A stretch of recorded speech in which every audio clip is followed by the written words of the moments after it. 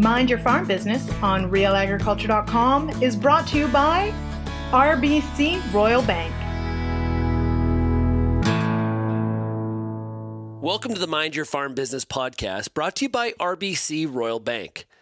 I'm Sean Haney, founder of realagriculture.com. I want to remind you that you can find more episodes of this podcast by going to mindyourfarmbusiness.com. Have you ever tried to have a discussion with someone and you just know they are resisting the effort to make it a meaningful one for their own reasons?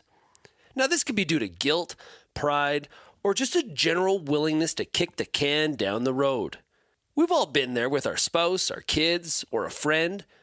But what if it was with your parents? And just to add a little bit of complexity to all this, what if your parents are also your partner in the family farming operation? So what do we do when mom and dad will not have that difficult discussion about family farm succession? Well, I've pulled in a real expert to discuss this important topic today, and I know we will all have some big takeaways from this episode.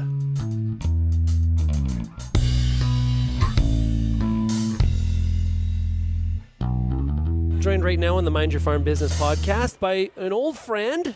Old? Wait a minute. No, I didn't say you were old. I said our friendship is old. There you go. Jolene Brown. Jolene, how's it going? I'm just loving to be here. And you and I get to work with the best people on this planet. So how can we not be good? Yeah, well, that's very, very true. And you know what? There's a lot of adversity. There's a lot of opportunity in our industry. But one of these pieces of adversity, long term, that we're constantly dealing with, is the idea of farm transition. Yes. And I do believe this is that as difficult as the process of that happening is difficult sometimes, getting it started. Yes. That is really, really, really a problem. And what I hear a lot from a lot of our audience is, especially from the younger generation, yes, is I've tried to get the conversation started, and my parents don't want to engage. They're not ready. They see that it has something to do with their time left at the farm, and then we get into maybe some very difficult conversations, and I just want to have a discussion. I'm sure you hear about that lots too. Yeah, and a lot of that has to begin with honoring what the senior generation has done. Sometimes when I work with family businesses, the first thing we do is say, so tell me about this farm, how it got started. We go back to grandmas and grandpas and uncles, and sometimes the young generation has no idea what they have been through to be where they're at today. And that journey is one of hard work, it's pride, and it's earned. So as we're going to talk about the transition, how can they still be involved in the work? What can they be proud of, and how are we going to demonstrate that we're so grateful for them and be appreciative along the way? So how do you start the conversation? Well, we often have the upstarts and the old farts. And in between, we got to get something talked about, right? Ain't that the truth? Ain't that the truth? And so often at these workshops, I will divide the audience into the upstarts and the old farts, and I say, so what keeps you up at night? Why do you need them? Why do they need you? What are we going to do to make sure that we're ending up here more in the middle to get it done? Now, to start a conversation, quite often that happens when there's been a death in the neighborhood, or they see another farm going on the auction block because they had fighting on the way to the funeral home. I don't want this to be me. Yes. Yep. So I don't want them quitting. I want them passing on the baton. But as you pass on the baton, we still need you. The real key here has to do especially with financial security and control and emotional readiness. It doesn't matter if the next generation is ready if the senior generation isn't. And if they are not financially secure to take care of their living, their lifestyle that they have earned, that they built up, then the next generation should not be counting on those assets. And I almost have to say to the senior generation, I cannot do this for you, but there are financial planners who don't charge anything. Now be careful, they're going to sell you products because you're going to have to take a look. But a reality, if this is what you can control and have, what are you going to need? All the way from, in the States, the long-term health care, to have a house that's handicap accessible if you need, to be able to travel as you've always wanted to do. What's it going to take for you to have the lifestyle and living you want? And then we have to make sure enough assets stay in their name, under their control. If you do not do that, they will micromanage the next generation to death because you're dinking with their security. So as I hear you talking about that and appreciating some of the work that has been done, I think of when I was younger, when my you mean you're old too? Yeah, exactly. In my younger days, I remember my grandfather talking about the 30s. Yes. And I had heard some of those stories so many times that I got to the point where maybe my eyes were rolling in the back of my head. Yes. And maybe in retrospect, as you're describing this, could have maybe handled that better by showing appreciation of that sacrifice that was made, even though it was a very, very long time ago. But maybe that's a part of this whole process, Yes. is everybody sort of understanding where each is coming from. That, and what that does, Sean, is it gives you a common bond of a journey.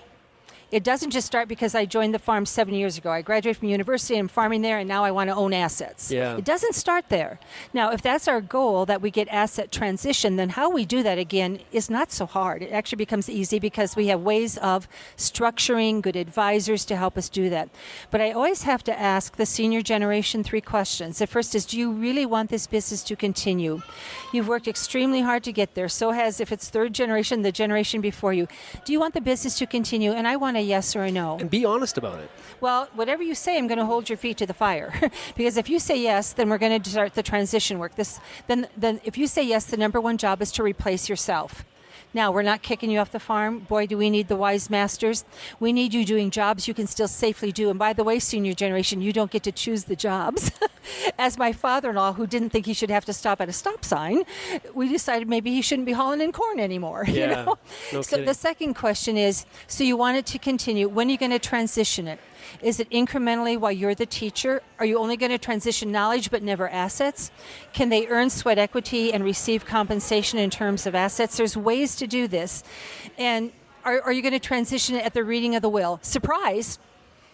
Just tell me, because if that's what you're going to do, I have different advice for the other generations that are following you because of the risk that's involved. Then the third question you answer, with whom are you going to transition?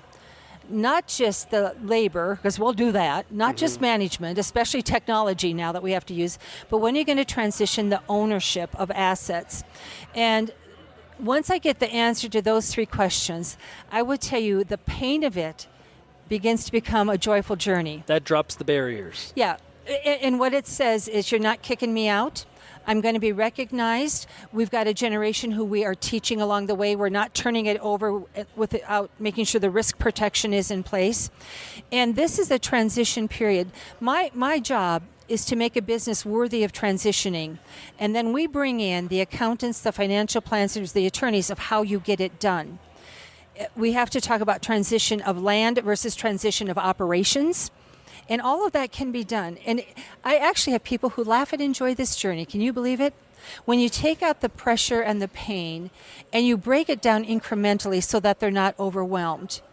If we get we don't depend on a will, because wills are changed on a whim, to transition assets, then all that isn't talking about we're dead, now somebody else gets it. We've talked about how you transition it before you get to that stage. We'll get right back to my discussion with Jolene Brown right after a word from RBC Royal Bank. This episode of Mind Your Farm Business is brought to you by RBC Royal Bank. In many farm families, the older generation is thinking about life after farming, while the younger generation is excited for the future and poised to take the reins. Our people have the expertise to help all parties prepare for succession and put their plans in motion. Your farm's legacy and its future is too important to leave to chance. Go to rbc.com/agriculture to find an ag specialist near you. I think there is a lot of farms, and maybe I'm being way too optimistic and thinking too utopian, but I think there is a lot of farms that miss that golden age of they think too much in, okay, younger generation comes in, older generation, the farm transition happens. The older generation either thinks they have to leave or the younger generation tells them they have to do that anyway.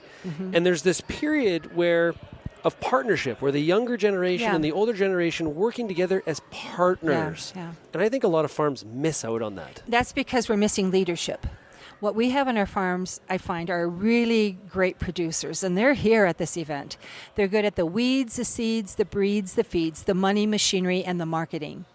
But it's the people that do all the production. And here's what I find, Sean, when it comes to leading in a family business, you've got to decide what is needed before who is going to lead. So we have to know the education, the personality, the character, and the experience in order to lead. Now, lead has something to do with, we make sure we have a common goal. We make sure we get the money reports and we share that so there's transparency. We make sure that we hire people, not necessarily family members, but we hire good employees, that we coach them, we correct them, or we fire them. We have to make sure that we have people who will deal with conflict at the mosquito bite level and be a good commercial for their business in the public and for agriculture. And so I say, so look at your leader in agriculture right now. How are they doing? And what I find is you do not intentionally choose the right leader. You're going to go by default, which is the oldest son, the one who's worked here the longest, and don't get me started on the golden child who can do no wrong but has been anointed to lead. We all have those. No, please, no, I didn't say that the oldest son or the one who's worked here the longest should not be the leader. But I'm saying it was an intentional choice based on the people skills of that person, not just production. And right now, I have 6 family businesses who have the daughter-in-laws of the leaders of the business. Awesome. And what's crazy is that everybody's going, we don't want her to own anything. We're trying to keep her out of the business. What do you mean a daughter-in-law should lead? And I say to them, so why do you think this is a good idea? And they eventually come to, well, they came from a different school of background. But here's the real reason, Sean. She's scared to death of doing something wrong. She does everything exactly right. But I tell the family who elects her as the leader, I say, do you know she can fire you? That she's going to have a big say in who gets paid what? That she's going to expect performance reviews. Do you know that? Because you cannot elect somebody a leader and not let them lead. And then I say to whoever's the leader, you've got to have a peer group or a mastermind group outside of this family business, because you're not going to get the support or the growth in leadership that you need from these people. They're going to be great at what they manage and produce and labor. They're going to be great at that because you've hired them well.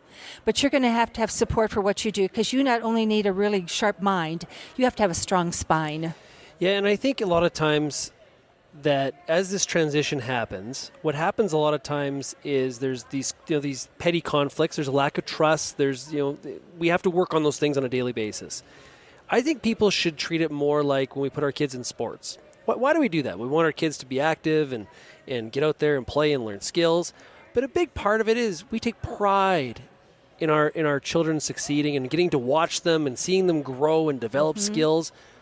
Why don't we treat that the same way on the farm, where it doesn't have to be this adversarial relationship? Because I know why that happens. Assets and money are involved. It's a little bit different. But think about it with that same sort of attitude of watching this farm continue and to grow, and really taking pleasure in the opportunity for your family to kind of keep on going. I wish more people looked at it upon that way. That's a journey. It's a journey that production walks alongside of it. But what I find for most in agriculture, production is the forefront and the people skills are way behind. We've got the best people on this planet with a good intent. Very good. And they have strong values and they want it done right. But since they don't know what right is, they don't do anything. And then we get into one heck of a mess. And I clean that up a little bit because the messes are worse than heck. And then they call me. And then we've got fighting on the way to the funeral home. We've got people not talking to each other. We got brothers fighting with pitchforks in the dairy barn. And then they call me. Yeah. Because then I can't mediate. I have to dictate. What do you think about the idea of whether or not you're in the transition or not, but working on, say, personality tests? What do you think about stuff like that? Is that valuable so that people have a better understanding of the personalities and why people react certain ways and those sorts of things? That's only helpful if you do something with what the analysis tells you. Because it's not just telling you about them, it's telling what you need to do to work well with them. Exactly. And whether it's a DISC profile or many others that are out there that are very good, it'll help you understand you, because you've taken it yourself and you see each of them, but you have to go the next step. Now that you know, what does that mean? Do we have them working in their areas of natural ability? If you have a real introvert person, well, you're not going to put them where they have to deal with public and negotiate contracts. But it goes back to the leader utilizing. And then also when you have conflict management in place, and I've got a really simple conflict management plan that I make the people sign, and I've got to have a leader hold him or herself to account first. But then then we can deal with mosquito bite differences and not have to do passive aggressive or hold it inside or wait for an explosion or not talk to each other again. There's such joy that we can have with the generations of a family business. I find that when they take time to pause to applaud all that they have done, then we deal with the other stuff a whole lot easier as well. Yeah, that's a great point. And it's about the group celebrating some of the achievements and what's happening and recognizing some of those individual things, because everybody contributes to the farm in different ways. Yes. right? I think a lot of times it's like, well, we leadership again is one of those things. We look to the leader as, oh boy, you've sure done a great job. Actually, there's a lot of people inside this family unit that have really contributed to make all this happen. So the number one question when I've got them around and we're at that stage is I say to each of them, how are you going to help them do their job better? How are you going to help mom do her job better? How are you going to help sister-in-law do her job better? How are you going to help cousin do his or her job better? How are you going to do, and then how are you going to help the leader do his job better? Because what I have to always assess is there goodwill in the family. A goodwill is three things. Is there a common goal, a reason they're in business, that they believe that we're going to stick in this and we're in it for the long haul? The second is they're going to deal with conflict at mosquito bite level. But the third is key, and that is how we're going to help people succeed in their jobs. Yeah. And the younger generation showing up as if they're the, Britain or France or Spain in the imperial times, colonialism showing up and saying, I'm here, I went to school, I'm back, now give me some assets. Oh. And that happens. Yeah. No different than Britain going to India. Yeah. The reality is that is not the right attitude, and that, the older generation has every right to be like, I don't think so. Yeah, but listen, I just had a conversation in the hallway here at this hall, and I finally said to Mom and Dad, why are you ruining your children's life with too much money? They've not had any skin in the game. And you're going to gift them this before they even have started. They haven't worked someplace else for 3 years, brought those assets to buy something. And they said, well, what are we going to do with it? And I said, do you remember the first time you bought that tractor, that section of land, and you had to sign your name to that paper? And then you came home and you sweat blood, are you going to make the payments? The gravity of that. And when you finally tore it up because you made it, you're taking that away from the next generation. So we have to be very careful. It's not a younger generation just saying, I want the assets. It's how do we transition that they have earned the right? And I say to the senior generation, your kids don't have to start where you are at today. You didn't. But neither can they start where you started. So that's when we get down to the how you do what you do, and there are many ways of which that can be done. Yeah. Hey, Jolene, this has been awesome to talk with you. I love having you on the Mind Your Farm Business podcast. I love running into you at these farm shows across North America. It's so great to chat with you. Thank you. And I was looking for you too, because the sunshine comes out even though we're in a building. Thank you, Sean. Thanks a lot, Jolene. Such a fun, insightful discussion with Jolene Brown. What I love about Jolene is her no-nonsense approach to this difficult topic. In many ways, the farming part is easy compared to trying to transition a family farming operation. Jolene means some real sense of a topic that throws many operations into the ditch instead of staying in the right lane. Find more episodes of Mind Your Farm Business at mindyourfarmbusiness.com. Thanks to RBC Royal Bank. And until next time, keep on minding your farm business.